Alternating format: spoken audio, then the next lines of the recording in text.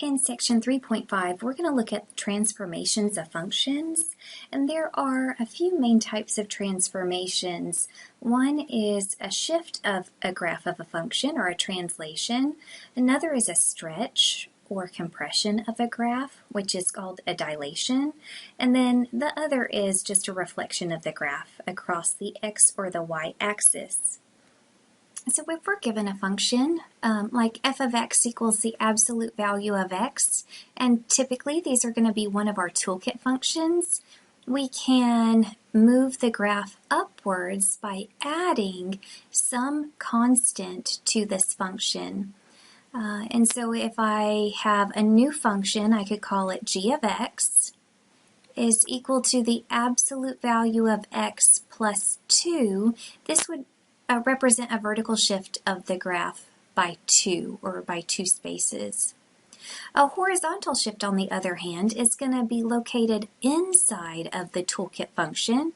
And for instance, f of x minus k, that's going to be a horizontal shift by k spaces. So that would go to the right k spaces if k is positive. In the case of g of x equals absolute value of x minus 3, that's a horizontal shift of the graph of f 3 spaces to the right. A vertical dilation would occur when you multiply a given toolkit function by some constant.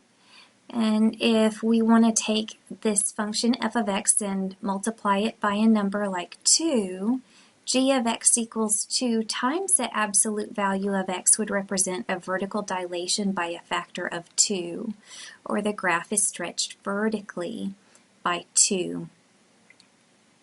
A horizontal dilation, on the other hand, is going to look a little bit different. You'll notice that the factor is inside of the toolkit function.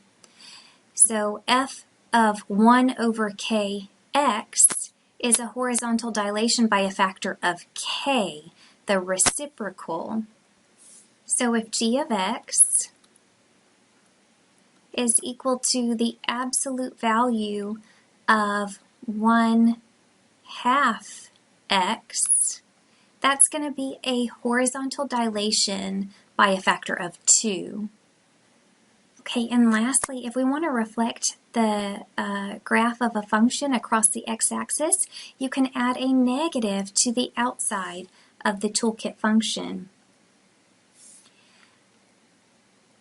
For instance, g of x equals negative absolute value of x is just going to be the graph of absolute value of x, our v-shaped graph, flipped downward.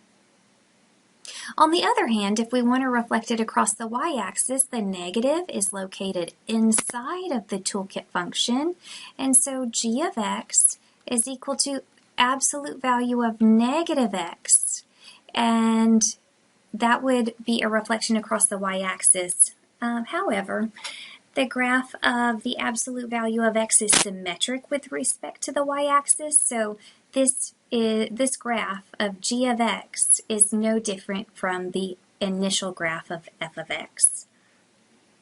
On the other hand, if we have a function like h of x is equal to square root of negative x, we see that the square root of x function looks like that, and if I reflect it across the y-axis, I now get the graph of a function that looks something like this.